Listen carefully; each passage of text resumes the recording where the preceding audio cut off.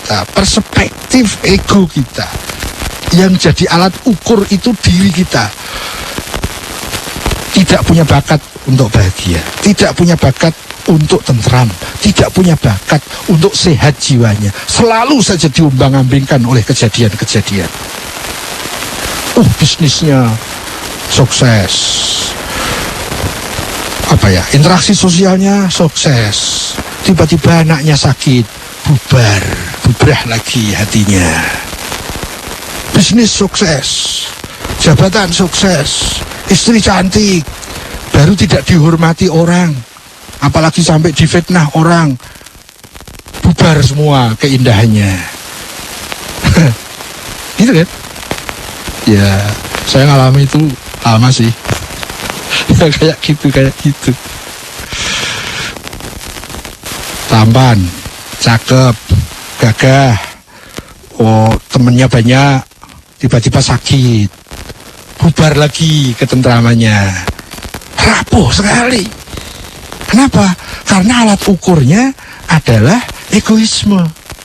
Coba kalau kita pakai alat ukur tauhid, ya sebagaimana yang sering kita sharingkan, bahwa kalau kita menerapkan perspektif tauhid, tujuannya tauhid, niatnya tauhid, bisnisnya dikemas dengan tauhid, kemanusiaannya dikemas dengan tauhid, persatuannya dikemas dengan tauhid, musyawarahnya dikemas dari tauhid, keadilan sosialnya dikemas dengan tauhid.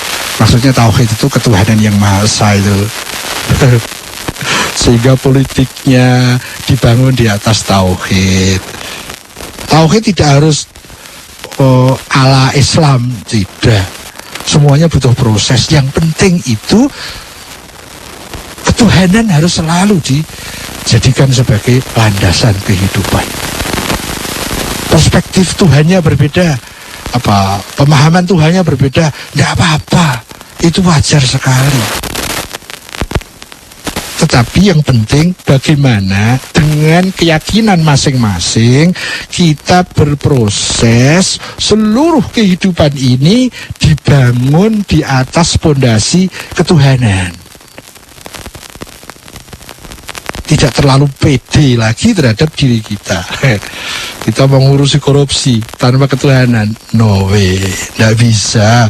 Itu masalahnya ada di orangnya kok, bukan di sistemnya, bukan di hukumnya, bukan di polisinya, bukan di pengawasnya, tapi di orangnya. Sehingga polisi bisa korupsi, yang mengawasi korupsi bisa korupsi, yang membahas korupsi bisa korupsi.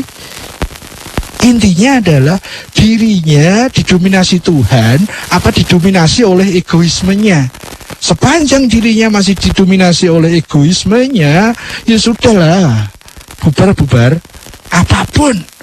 Kita diberi kekuasaan sekuasa apapun, kita diberi kecantikan, ketampanan seindah apapun. Kalau kemudian kita berjalan hidup ini dengan ego kita, ya sudah, pasti akan terjadilah pertengkaran-pertengkaran, persaingan-persaingan. Jadi masalahnya bukan di sistem, bukan ini masalah orde baru apa orde reformasi, apakah ini masalah sistem presidensial atau parlementer, bukan. Masalahnya ada di orang-orangnya. Sama dalam bagaimana kita mensikapi terhadap musibah, mensikapi terhadap cobaan, mensikapi terhadap ujian. Masalahnya itu bukan di teori-teori yang lain. Teori-teori yang lain hanya mendukung. Tapi pada saat kita tidak melandasi sikap kita menghadapi tadi itu, cobaan, ujian, tidak melandasinya dengan tauhid, kita akan terjebak lagi ke bentuk egoisme. Keinginannya nggak tercapai, aduh dia meratap-ratap. Ada yang kita cintai meninggal, sampai berteriak-teriak itu, lihat itu di TV setiap hari itu. Ya, heran, kok tidak punya kerelaan, tidak punya keridoan, tidak punya ridho terhadap sunatullah. Memang kita mau lebih hebat apa dari Tuhan? Ini semua kejadian ini sudah sesuai dengan ukuran-ukuran keadilan hukum sebab akibat, sesuai ukuran-ukuran hukum sunatullah. Karena sebabnya ini, akibatnya ini. Kalau sebabnya itu, akibatnya ya sesuai dengan sebabnya. Kita tidak rela terhadap akibat itu. Anehnya, yang kita tangisi adalah akibatnya. Kita tidak berpikir kepada prosesnya. Kalau kita berpikir kepada prosesnya, berarti yang kita pikir adalah sebab-sebabnya.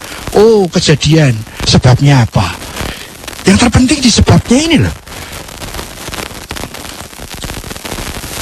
Kalau sebab sudah ada, akibat mengikuti, itu sesuai hukum sebab akibat, itu sesuai dengan hukum sunatullah, kita nggak rela.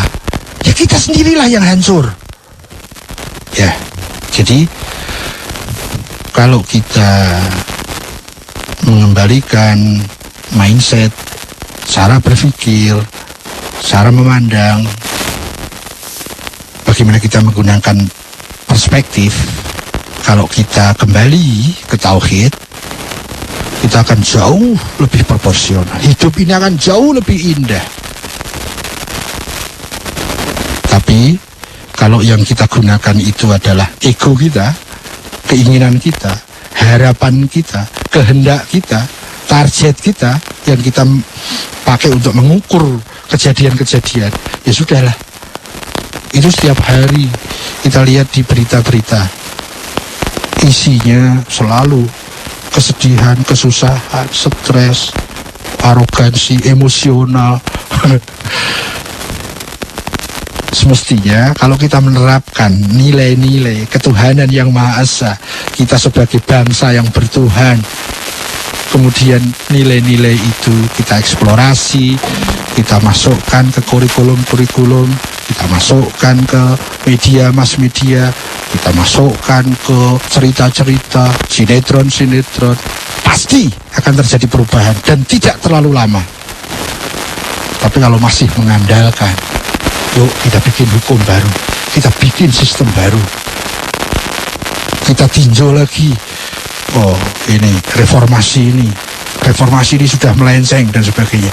Tetapi akar masalahnya tidak kita bahas, akar masalahnya kita tidak sentuh, tidak akan terjadi perubahan apa-apa.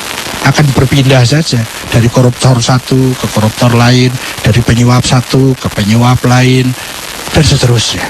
Karena ini masalah kedirian, intinya pada manajemen kehendak, manajemen keinginan, manajemen egoisme. Dan itu yang bisa, itu paling efektif adalah dengan ilmu-ilmu ketuhanan yang Maha Esa. Hanya Tuhanlah yang mampu mengalahkan diri kita. Diri kita tidak akan mampu mengalahkan diri kita sendiri. Kok sampai kemana-mana. Ya, intinya begini deh.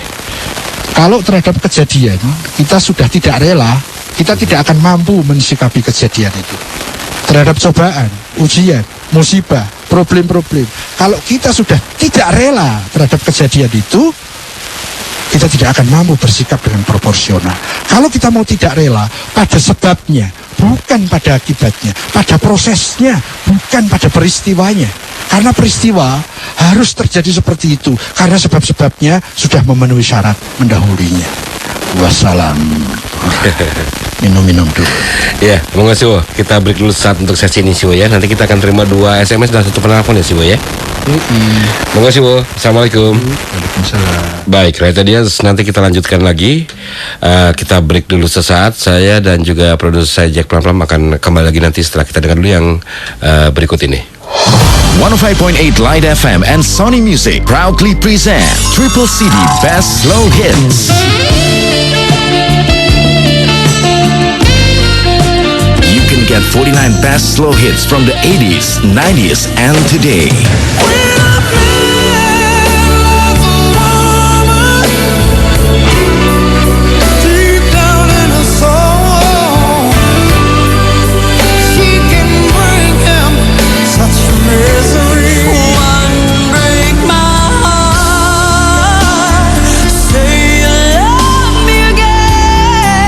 In one package. Maybe my love will come back someday.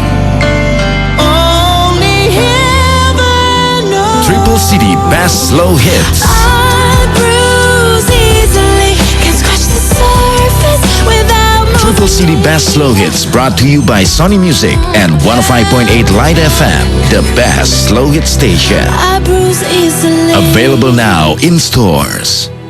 24 hours a day, we give you the best slow hits music anytime, anywhere. Stay close to your family. Stay close to your family. Streaming on www.litefmjakarta.com. Provided by Central Online. Phone number 021-2355-0235. Fax 021-3917-700. Or click www.centralonline.net. Central Online, the most reliable internet.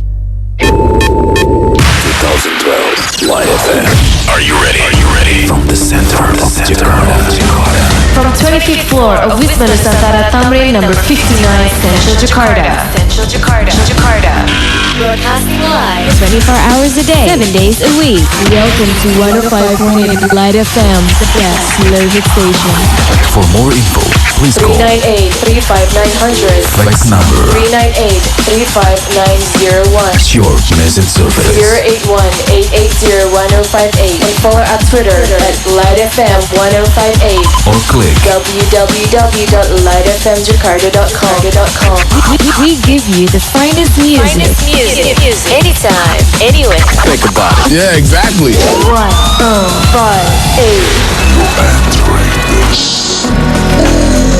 You're entering the slow zone. The best slow hits station 105.8 Light FM.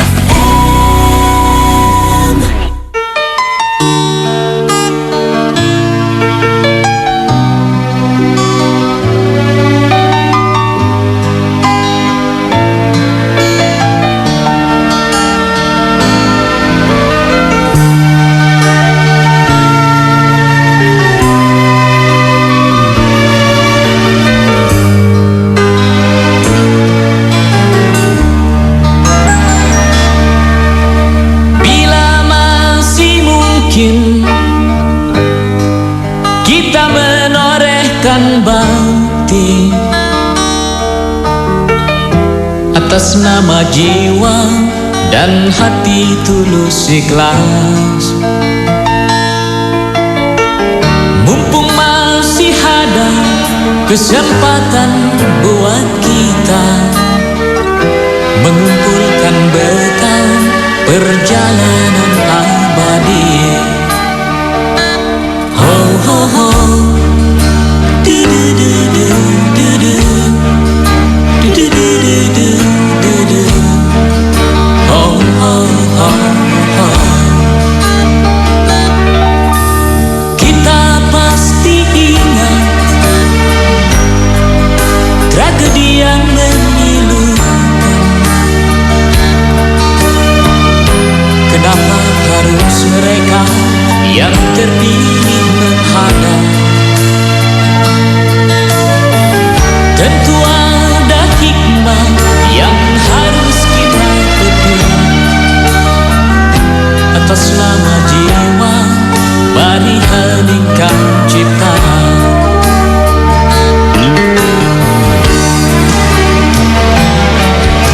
Kita mesti bersyukur bahwa kita masih diberi waktu. Entah sampai kapan, tak ada yang bakal dapat menghitung.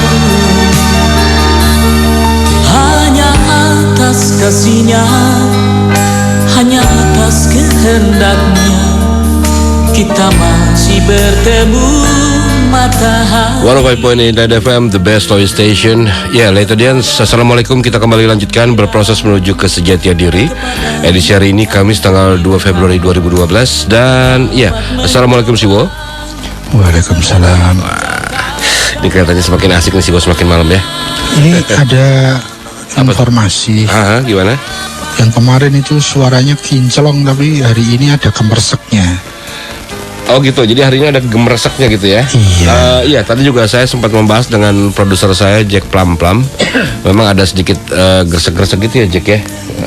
Mungkin ini dari Siwo, dari tempat Siwo aja mungkin Siwo yang gresek-gresek. Apanya kira-kira? Kira-kira apanya tuh? Nanti harus konsultasi dulu dengan teknisi kali ya. Nanti sebelum setelah akhir acara ini nanti akan dihubungi Siwo oleh. Di sini nggak ada yang berubah tuh. Nggak ada yang berubah ya? Ini karena belum makan sate mungkin Siwo. Itu kali. Ya nanti coba akan dihubungi Siwo ya, akan dicek lagi nanti oleh teknisi kami. Baik, kita mulai saja Siwo. Silakan Light Audience, Anda bisa menghubungi saya. Saya minta 1 penelpon ya dan 2 SMS nanti yang akan kita bacakan Siwo ya, yang akan kita sharingkan. Baik, silakan 0213983906 saya buka. Assalamualaikum. Silakan. Ya. Silakan sekali lagi 0213983906. Kembali saya buka. Dari SMS pun saya sudah dapatkan 2 SMS. Oke, silakan. Assalamualaikum. Assalamualaikum. Waalaikumsalam. Dengan siapa ini? Dengan Saiful di Lebak Bulus. Mas Saiful, silakan Mas. Assalamualaikum Mas Iwo. Waalaikumsalam warahmatullahi. Mudah-mudahan kita selalu dalam keberkahan. Amin. Mas Iwo, yang saya ingin tanyakan, bagaimana seluruh kegiatan ibadah menjadi perspektif tauhid. Mungkin itu saja yang dapat saya sampaikan. Mudah-mudahan mau sharingnya Mas Iwo. Ya, baik. Assalamualaikum warahmatullahi wabarakatuh. Waalaikumsalam warahmatullahi wabarakatuh. Terima kasih Mas Saiful di Lebak Bulus. Itu 1 penelpon Siwo ya, dari telepon dan dari SMS mungkin saya coba angkat 2 ya Siwo ya. Boleh. Ini pertama dari Tuti di Ciputat, Mbak Tuti di Ciputat. Assalamualaikum Siwo. Waalaikumsalam. Siwo, menurut pandangan Siwo, bagaimanakah hukumnya tarik menarik dengan kekuasaan Tuhan? Apa maksudnya? Belum tahu. Pokoknya yang pasti menurut pandangan Siwo, bagaimanakah hukumnya tarik menarik dengan kekuasaan Bagaimana Tuhan? hukumnya tarik menarik? Dengan kekuasaan Tuhan. Maksudnya apa ya tarik menarik dengan kekuasaan Mungkin Tuhan? hukum tarik menarik mungkin ya, atau tapi di sini sebutkan bagaimanakah hukumnya tarik menarik dengan kekuasaan Tuhan, atau mungkin hukum dengan tarik menarik. kekuasaan Tuhan itu loh. Ya itu dia. Atau mungkin Mbak Tuti bisa coba SMS lagi ya. Jadi mungkin kita skip dulu ya Siwo ya ini ya. Kita simpan dulu pertanyaan Mbak Tuti. Jadi tolong dimohon diperjelas Mbak Tuti, poin pertanyaannya atau poin sharingnya apa malam hari ini. Kalau bisa jangan disingkat juga pertanyaannya agar kita bisa lebih mudah untuk membacakannya. Baik, berikutnya kita pindah ke Rangga di Petojo, Jakarta Pusat.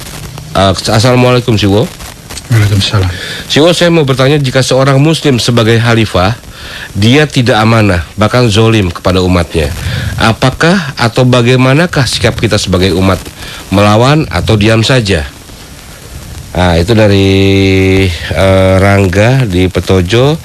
Mungkin kita coba ambil satu lagi penanya ya Siwo ya. Oke, ini dari Abdillah di Cipulir. Assalamualaikum Siwo. Waalaikumsalam. Mohon dijelaskan atau di-sharingkan tentang apakah dengan bersyahadat kita sholat, berarti kita telah memperbarui bayat kita. Dan apakah dengan bersyahadat kita sholat, mungkin kita melakukan sholat gitu ya. Kita sholat. Sorry. Apakah dengan bersyahadat ketika sholat?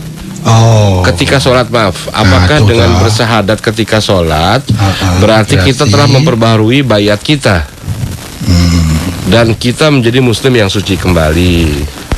Memperbaharui apa tadi? Bayat kita. Bayat kita. Dan kita menjadi muslim yang suci kembali. Suci kembali. Yep. Iya, saya kira cukup Siwo ya. Ya deh. Oke, silakan Siwo. Terus Mbak Tuti tadi gimana? Mungkin Mbak Tuti bisa kirim lagi SMS. Mungkin minggu depan insya Allah kita coba. Atau mungkin bisa HPFM mungkin ya Siwo ya. Info Komresek sudah lebih rendah. Baru belum kinclong sekali. Ya, ini juga sepanjang dan seterusnya. Lagi kita cek juga Siwo, makanya silahkan kita tapi berarti sudah mending. Iya, dibandingkan tadi sudah agak lumayan hilang. Terima kasih Mas Tungki.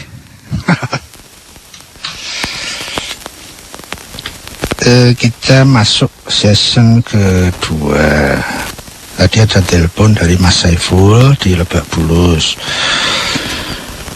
bagaimana agar seluruh ibadah kita itu pada perspektif tauhid.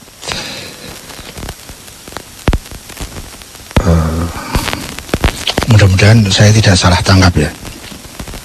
Kalau kalimat saya begini, seluruh yang berperspektif tauhid itu akan menjadi ibadah. Nah, coba dibandingkan ya, ada dua kalimat. Bagaimana seluruh ibadah itu jadi perspektif tauhid. Kalau kalimat saya begini, semua yang berperspektif tauhid akan menjadi ibadah. Terus saya mau ngambil yang mana kira-kira? Begini Mas Saiful, ibadah itu sudah pasti perspektif tauhid. Kalau perspektifnya bukan tauhid, ya bukan ibadah. Itu kan? Misalnya begini, melaksanakan hukum fikih, sholat misalnya, tapi perspektifnya bisnis. Melaksanakan sedekah misalnya, tapi perspektifnya bisnis, ya bukan ibadah. Karena perspektif tauhid itu merupakan kriteria pertama, itu disebut ibadah atau bukan. Meskipun bukan satu-satunya syarat ya, tauhid itu sebagai disebut ibadah. Karena meskipun perspeknya tauhid, tapi caranya salah, tidak bisa disebut dengan ibadah. Sepanjang yang saya tahu, yang disebut ibadah adalah pada saat kita melakukan sesuatu, aktivitas apapun, entah aktivitas fisik, aktivitas fikir, aktivitas hati, kalau tujuannya itu mendekatkan diri kepada Allah, kalau niatnya melaksanakan perintah Allah, dilakukan dengan cara-cara yang benar. Kalau fisik ya dengan cara fisik yang benar, kalau bisnis ya dengan cara bisnis yang benar, kalau pikiran juga dengan cara berpikir yang benar, kalau hati juga dengan cara batin yang benar. Kalau terpenuhi 3 kriteria itu, tujuan, niat, dan cara, itu disebut ibadah. Apapun aktivitasnya, bahkan tidur sekalipun bisa menjadi ibadah. Mandi, makan, sekolah, kuliah, berbisnis, berpolitik, mencari istri, mencari suami, berteman, bertetangga, bermasyarakat, bernegara, semua bisa menjadi ibadah kalau tujuannya Allah, niatnya Allah, caranya dengan cara yang dibimbingkan oleh para wakil-wakil Allah. Itu ibadah. Jadi salah satu kriteria aktivitas itu bisa disebut ibadah, perspektifnya harus tauhid. Kalau perspektifnya itu kedirian, perspektifnya itu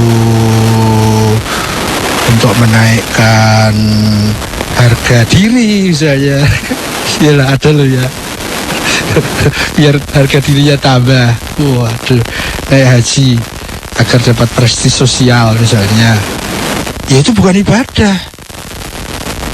Dia tidak akan tambah dekat kepada Allah karena yang dituju memang bukan Allah. Ya, jadi setiap yang tidak berperspektif tauhid maka bukan ibadah. Setiap aktivitas apapun, bicara atau diam, ya, berpikir atau tidur, kalau perspektifnya tauhid, niatnya dalam rangka melaksanakan perintah Tuhan, caranya sesuai yang dipandukan oleh para wakil Tuhan, ya yaitu ibadah. Kalau kita bisa menerapkan 3 hal dalam setiap aktivitas selama 24 jam sehari, maka berarti kita menjadikan Muslim 24 jam sehari, menjadi orang yang beribadah 24 jam sehari. Ya, itulah kira-kira. Berikutnya Mbak Tuti di Ciputat. Mohon maaf karena saya tidak mampu menangkap. Maksudnya apa ini tarik-menarik dengan kekuasaan Tuhan? Apa kita punya apa ya maksudnya? Kita mau berkompetisi dengan kekuasaan Tuhan atau apa ini maksudnya? Atau maksudnya dengan adanya hukum tarik-menarik, tolak-menolak, kaitannya dengan kekuasaan Tuhan atau gimana, saya tidak jelas. Jadi mohon lebih diperjelas. Kelima, Mas Rangga di Petojo. Kalau ada seorang Muslim yang menjadi khalifah dan dia zalim, apa sikap kita? Melawan atau diam saja? Nah, kalau kaitannya dengan khalifah, ini bukan masalah individu, Mas. Ini masalah sosial. Kita sebagai individu, kita harus lihat posisi kita. Kita ini sebagai pemimpin masyarakat atau bukan? Kita ini guru apa murid? Kita ini pasien apa dokter? Ya. Kalau jawaban yang global itu begini, entah khalifahnya zalim, entah tidak, terlepas dari apa yang dimaksudkan definisi khalifah itu, ya, karena definisi khalifah bisa berbeda-beda. Tapi apapun itu definisinya, kalau ada seorang yang dianggap khalifah dan dia zalim, apa tugas kita? Tugas kita tetap, yaitu melaksanakan kewajiban kita. Apa kewajiban kita? Masing-masing bisa berbeda. Suami melaksanakan tugas dan kewajiban kesuamiannya, istri melakukan kewajiban keistriannya. Maka otomatis kita dapat pada posisi yang relevan. Kalau kita ini pemimpin masyarakat misalnya, tentu tugasnya akan berbeda dengan masyarakat biasa. Kalau kita ini seorang ustadz, tentu punya kewajiban beda dengan yang bukan ustadz. Kalau kita ini ulama dengan yang bukan ulama, pasti punya beda tugasnya. Jadi jawaban globalnya,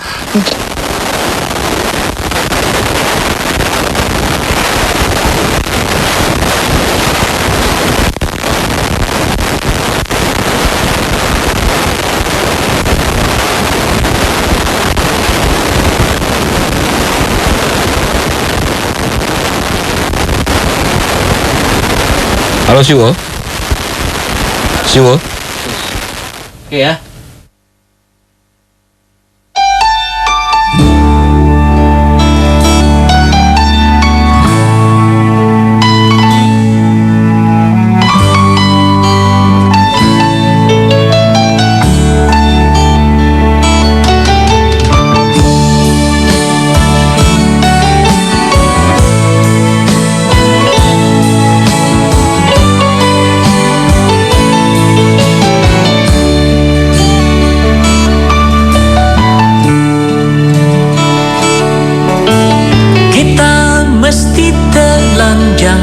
Dan benar-benar bersih, suci lahir dan di dalam batin.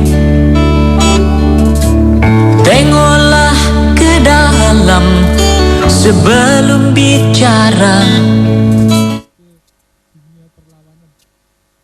Misalnya, ya kita kan malah ganggu orang yang sedang bertugas melawan secara militer. Orang kita ini tidak ngerti militer.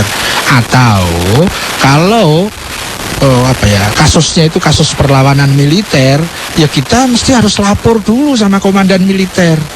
Saya ingin ikut melawan. Saya di posisi mana ini? Begitu. Jadi ini masalah sosial, bukan masalah individu. Ya. Pada saat guru kita mengatakan kita melawan dengan memperkuat diri kita dalam melaksanakan tugas-tugas. Tugas saya sebagai warga negara harus benar sebagai warga negara. Nah, kalau kita ingin melawan, guru kita mengatakan, ayo kita pertegas tugas-tugas kita. Kita malah melakukan hal-hal yang tidak diperbolehkan. Ya, itu namanya caranya sembarang. Apapun kalau sembarang menjadi tidak baik. Jadi bagi yang punya guru, tanyalah gurunya. Bagi yang punya komandan, tanyalah komandannya. Bagi yang punya amir, tanyalah amirnya. Karena ini masalah sosial, bukan masalah individu. Gitulah kayaknya. Jadi intinya begini, mau ada pemimpin zalim atau tidak zalim, mau ada khalifah zalim atau tidak zalim, tugas kita adalah fokus tujuan selalu tidak boleh salah. Pusat hidup kita adalah Tuhan, pusat dominator kita adalah Tuhan. Niatnya harus dalam melaksanakan perintah Tuhan itu, karena itu satu-satunya jalan yang paling efektif dan paling benar. Kemudian kita konsentrasi kepada tugas kita. Jangan kita overlapping yang bukan tugasnya dilakukan. Sehingga penting untuk mendeteksi tugas saya ini apa, mengagendakan tugas saya ini apa. Pada saat tugasnya harus perang dan itu memenuhi syarat untuk perang, ya kita tanya kepada komandan perang. Kecuali kalau kita yang jadi komandan perang, kita harus melaksanakan kewajiban sebagai komandan perang dengan tujuan yang benar, niat yang benar, cara yang benar. Itu kayaknya. Kemudian terakhir, Mas Abdullah di Cipulir, apakah dengan bersyahadat ketika sholat berarti kita memperbarui baiat kita? Dan dengan itu berarti kita kembali suci? Yang pertama begini,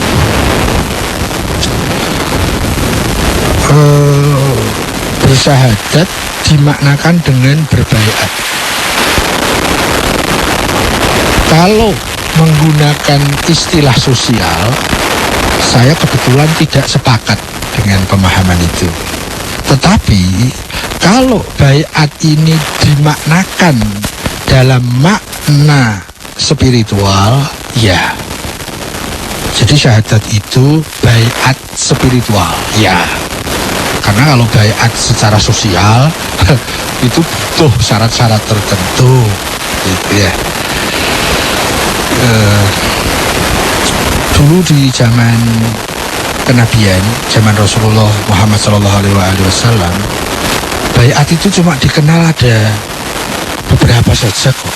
Ya, ada baiat Aqobah Ula, ada baiat Aqobah Tsani, kemudian ada baiat Aqobah, ya. Ada beberapa baiat saja, dan itu tidak terkait misalnya orang masuk Islam harus berbaiat. Kayaknya di zaman Rasulullah saya belum menemui sejarahnya bahwa orang yang mau masuk Islam mengikuti Rasul harus berbaiat kepada Rasul. Dalam makna baiat itu seperti yang sering kita dengar di masyarakat, jabat tangan dan lain-lain itu ya. Kayaknya enggak tuh waktu itu. Meskipun kalau itu dipakai sebuah mekanisme dan untuk sebuah proses yang baik, tidak apa-apa. Itu sebuah teknis saja. Tetapi apakah syahadat itu merupakan baiat? Ya, tapi baiat yang berupa berupa baiat keyakinan, berupa baiat spiritual.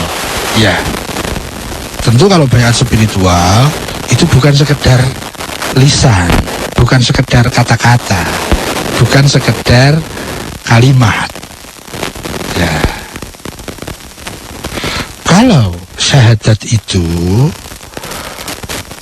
dikaitkan dengan makna dari baiat ini, berarti setiap dia mengucapkan syahadat, dia berbaiat. Iya. Apakah bisa disebut sebagai memperbarui baiat? Iya. Apakah dia akan kembali suci? Tergantung seberapa mutu dari syahadah itu. Kalau syahadah sekedar kalimat kan, maaf ya, kalau burung beo diajari juga bisa loh. Kaset-kaset itu kalau di-on kan pinter itu. Komputer itu bisa 24 jam sehari syahadah terus. Kalau sekedar kata, kalau sekedar kalimat. Tetapi kalau syahadat yang spiritual, jadi dia bersaksi. Ya, bersaksi itu kalau kaitannya dengan syahadat itu minimal dengan mata fikir, yang lebih ideal dengan mata spiritual, dengan mata hati.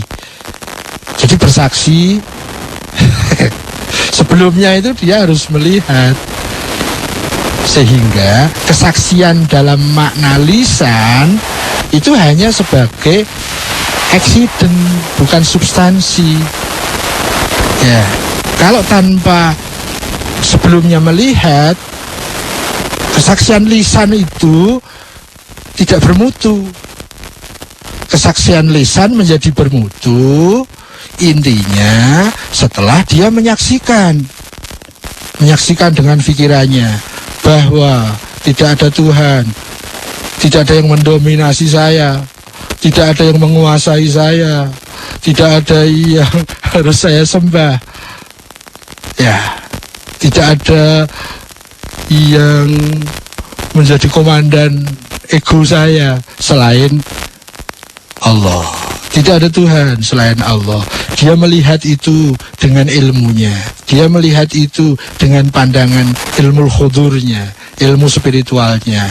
Nah, itu bersyahadat. Mau pakai lisan atau tidak, dia sudah melihat. Kalau dipakai lisan, lisan itu akan bermutu pada saat sebelumnya dia sudah melihat. Karena mutu kesaksian lisan itu ditentukan oleh dia melihat atau tidak. Nah, kalau dia tidak melihat tapi dia bersaksi, itu saksinya bisa disebut saksi palsu. Mau tidak melihat kok bersaksi. Gitu ya. Jadi inti bersyahadah itu bukan pada lisan, tapi pada mata. Ya, karena yang dilihat itu ketuhanan Allah dan kerasulan wakil Allah, ya tentu melihatnya bukan dengan mata fisik, tapi mata fikir, keilmuan, dan mata spiritual, keimanan. Itulah kira-kira. Nah, soal apakah setelah dia bersyahadat itu dia kembali suci, tergantung sebelumnya kotor apa tidak. Kalau sebelumnya sudah suci, bukan kembali suci kan, tapi bertambah suci. Kalau sebelumnya kotor, sementara mutu dari syahadahnya itu melampaui mutu kekotorannya, ya dia kembali suci.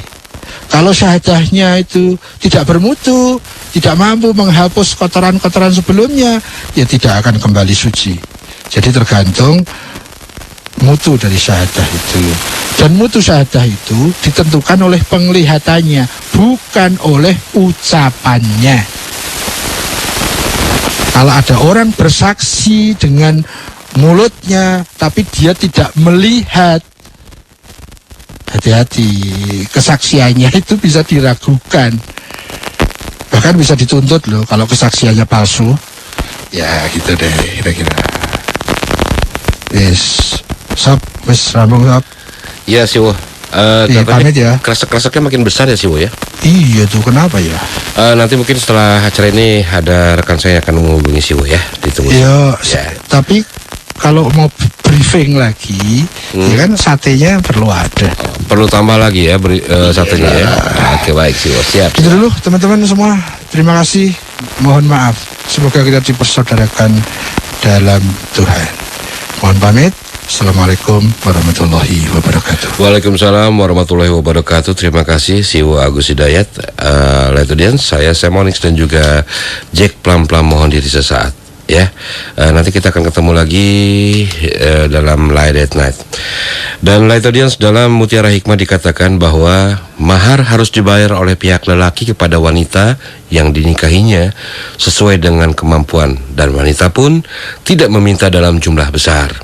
Mahar dimaksudkan untuk memuliakan wanita, menunjukkan cinta dan sayang, menunjukkan kesungguhan seorang lelaki untuk mendapatkan wanita dan tanggung jawabnya sebagai seorang suami.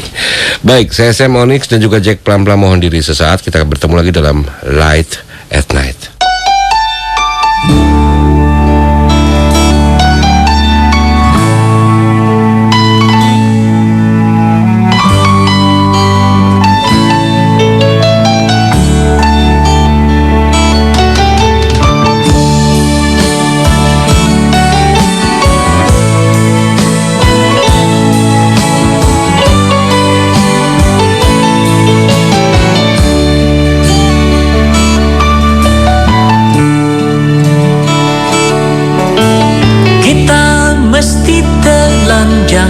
Dan benar-benar bersih, suci lahir dan di dalam batin. Tengoklah ke dalam sebelum bicara, singkirkan debu yang masih melekat. Oh, singkirkan debu yang masih melekat.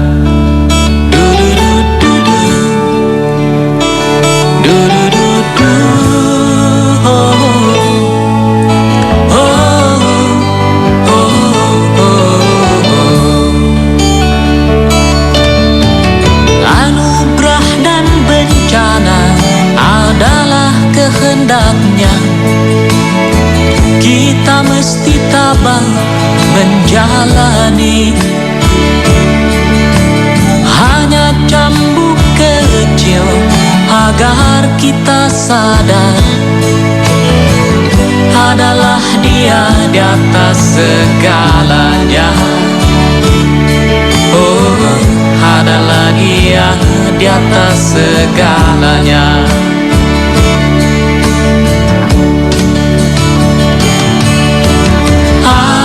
Menjerit-jerit, asap panas membakar, lahar dan badai menyapu bersih.